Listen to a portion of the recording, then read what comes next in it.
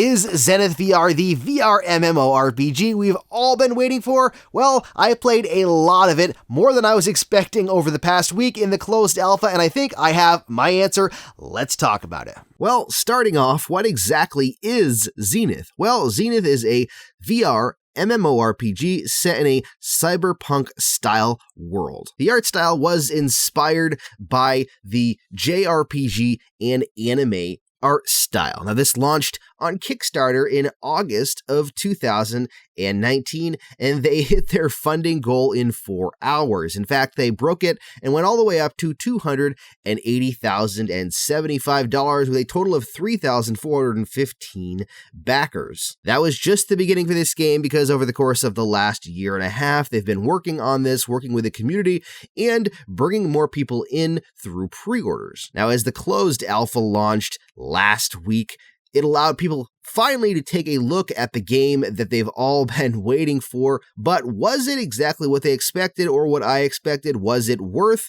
the money that people have spent to buy into? Let's talk exactly about what this game offers, what it does well, and what we're looking forward to in the future. First of all, let's talk about this world, the world of Zenith. Zenith is actually the capital city in this world, and it is a fully explorable open world, at least in the sense of an MMO. If you've played MMOs in the past, such as the obviously extremely popular World of Warcraft or any of the other popular online multiplayer role-playing games, then you'll be very familiar with a lot of the mechanics of this game and the way that the game plays. There are several different areas to this world, from the Fractured Plains to the Radiant Coast, the Emerald Desert, the Amorite Forest, and obviously the city of Zenith. Now, you'll meet several different types of enemies in these areas, and they'll be adding more, obviously, in the future releases, as this is just an alpha. Also, keep in mind that this is running on Quest 2.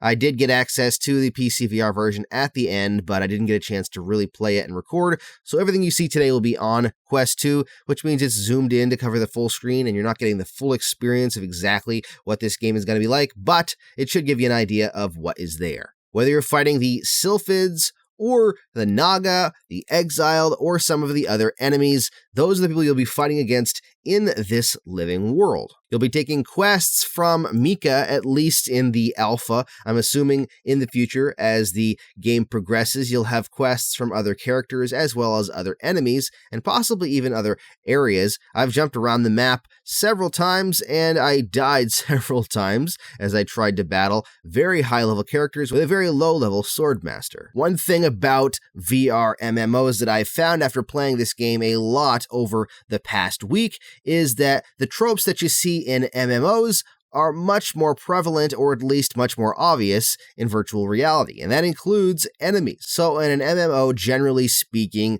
an enemy will stand in a given spot, and you can pull that enemy by getting too close to them or by hitting them, and they'll come towards you.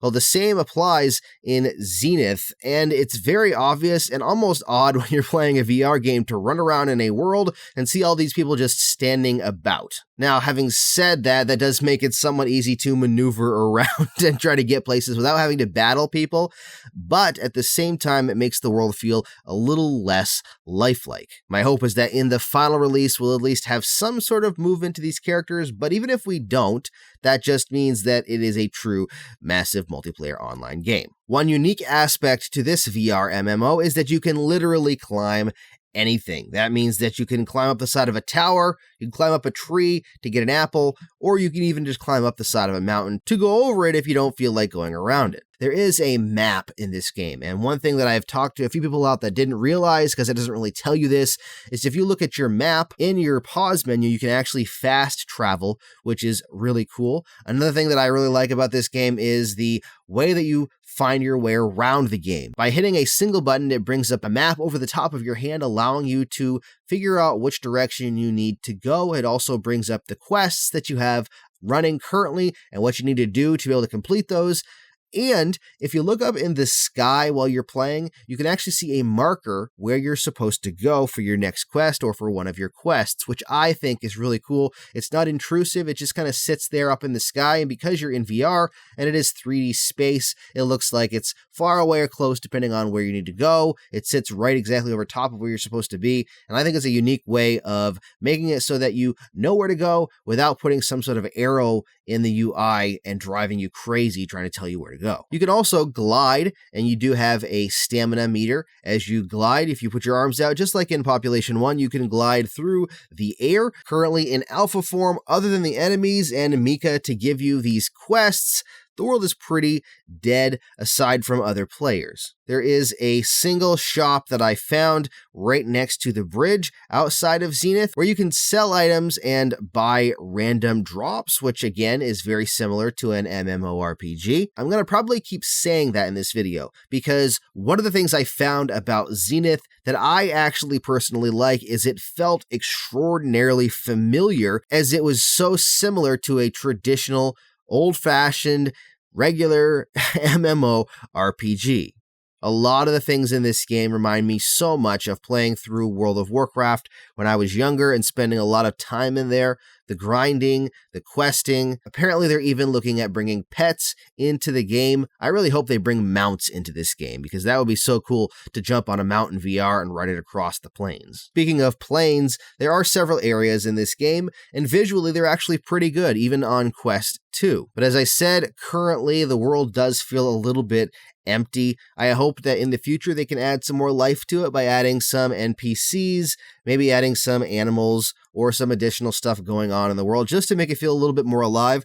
Right now, as you're walking or running through an area, there is not much going on besides enemies standing stagnant and other players running around. So if the server you're in is pretty empty, then it can feel like a pretty lonely place. On top of the regular old areas inside of this World of Zenith, just like other MMOs, there are dungeons you can explore, bosses you can battle, as well as raid battles. Well, that should give you a decent overview of the world itself. Now let's talk about the gameplay. Does an MMO work in virtual reality? Well, yes, it does, but it's a little bit different than most virtual reality games you're going to find. In fact, I played both classes. There are 2 currently, or technically 3, as you can play a mage. That's either support or DPS, but there's also a sword master. That was my preferred character to play, even though the mage was fun, and you can use spells and these little weapons that they have that shoot energy blasts. I preferred the hands-on experience of the Swordmaster. Now, this is not a hack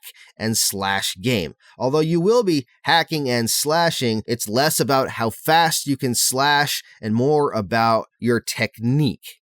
As you level up in this game, you'll get different abilities that either are activated by pulling the trigger and swinging a certain direction, using a certain combo, along with upgrading your swords. This will be how you get your character stronger as a sword master. Now, there is some cues in this game that'll tell you how to actually swing your sword, and I didn't realize this at first, so some of the footage you're seeing during today's video may actually show me just flailing my arms around. The swords actually light up on the tip when it's time for you to slash, and the cooldown period has ended. It means that you have to kind of get into a rhythm, and you have to pay attention to the direction you're slashing your swords, as some of your abilities will either be something like slash once, slash twice, and on the third slash, if you slash vertically, it'll have an ability that causes more damage, or if you hold the trigger and you swing horizontally. I can't remember the exact attacks offhand right now, but that's the way doing attacks works for the Swordmaster. As far as spell casting as the mage goes, you have the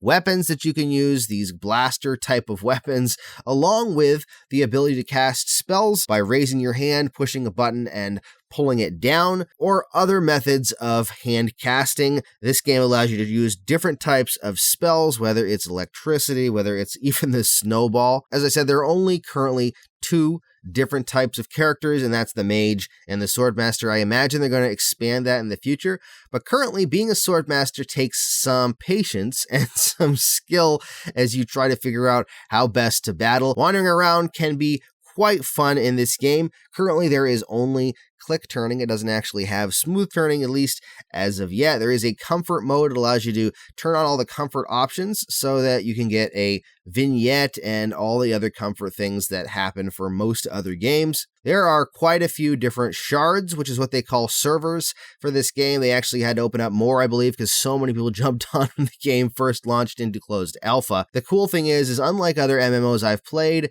your characters follow you, at least currently, to every server. So instead of clicking on a server and you have a character tied to that specific server, you're able to jump in and play on any server that's open and use the character that you've created. Now, that could change in the future, but as of right now, it just follows you along. You can create multiple character slots, so you can have different characters going, each with a different character name, and your account follows you. So if you're going to play on Quest 2, and you're also going to own it on the PC, then you can actually jump between platforms. It uses a login system instead of using the specific data in the game, much like something like VR chat, where if you log in, all of your information is stored in the cloud. Speaking about gameplay, let's talk about some quests. Now, the quests in this game are your standard massive multiplayer online RPG fare, where you're going to be told to kill 15 sylphids, for instance, or go and find these locations, or destroy this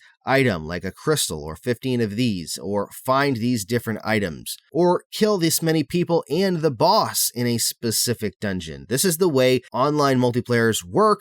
Questing is a large part of this game. Now, these quests are currently very linear. They're very much the same no matter how many times you play it. In the future, according to Zenith, there's going to have procedural quests that allow you to play differently every single time you play, along with story-driven quests, which allows you to follow a specific story inside of the world of Zenith. There are already public events in this game, or at least very simple ones, and as I already mentioned, you can go on raids in a raid party. They're also going to be adding in things like guilds, which will be awesome, parties in this game, which currently you can't actually be in a party because it's not available as of yet. Although if you're traveling with your buddies in this game right now and you both attack a character, you are able to share the XP from that kill. This game also, just like other RPG games, has looting, where you can find loot chests that'll give you XP so you can level up your character as well as earning different items. There is a ton of item slots, from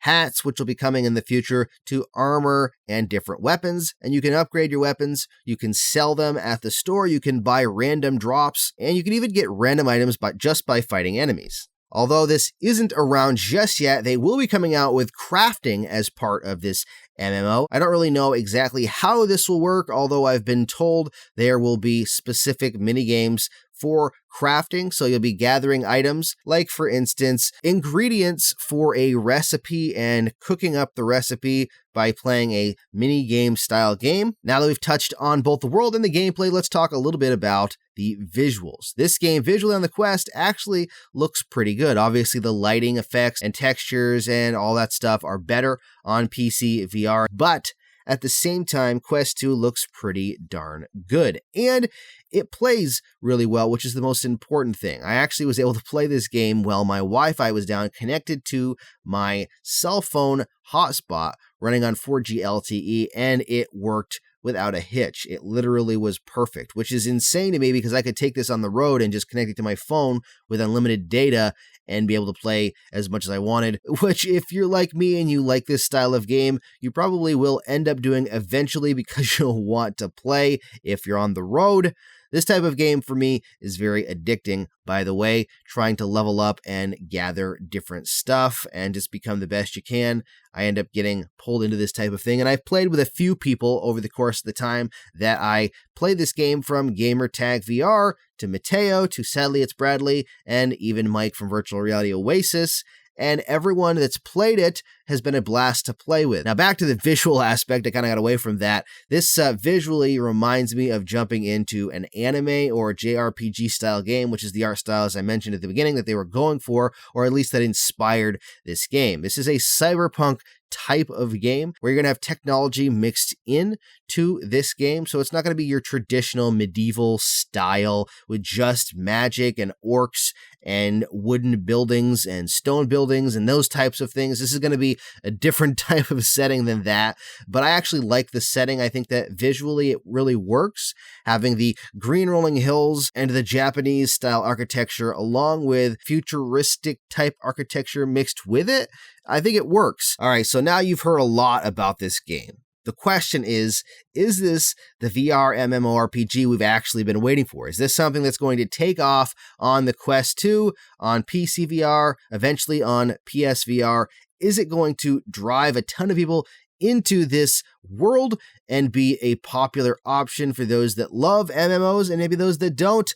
Currently, it's a little early to tell, but in my opinion, it is a lot more fun than I was expecting. I was already excited for this, and I pre-ordered the deluxe or whatever the top tier version was because I wanted access as early as possible because I really wanted to play.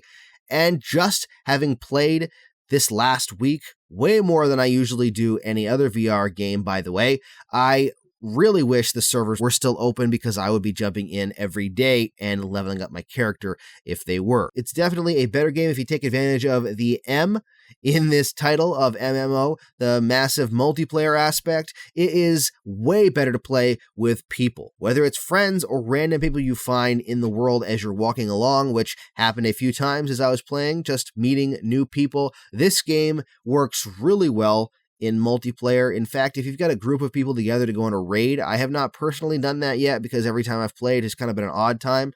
But I know sadly it's Bradley did some massive raids, some server crashing raids, in fact, and it looks like an absolute blast. To me, I am very much looking forward to seeing more of this game. There's another closed alpha that's supposed to be coming in June, and then followed by a couple of closed betas, and then we get to see where this title takes us. So my answer to the question, is this the MMO we've been waiting for? Well, currently the only option that we've had, especially on Quest 2, has really been Orbis, and this game is 10 times, if not more, better already than Orbis was, and it's not even ready to play yet. Well, there you go. There is a crap ton of information about Zenith and my thoughts on the game itself. Personally, I can't wait for it to come back, for the servers to open back up so I can jump back in and play even more. And I'm really excited to see what they do with this world as they grow it and as it gets closer to a final release. What do you think about Zenith VR from what you've seen and heard so far? Is it something you're going to jump into? Are you a fan of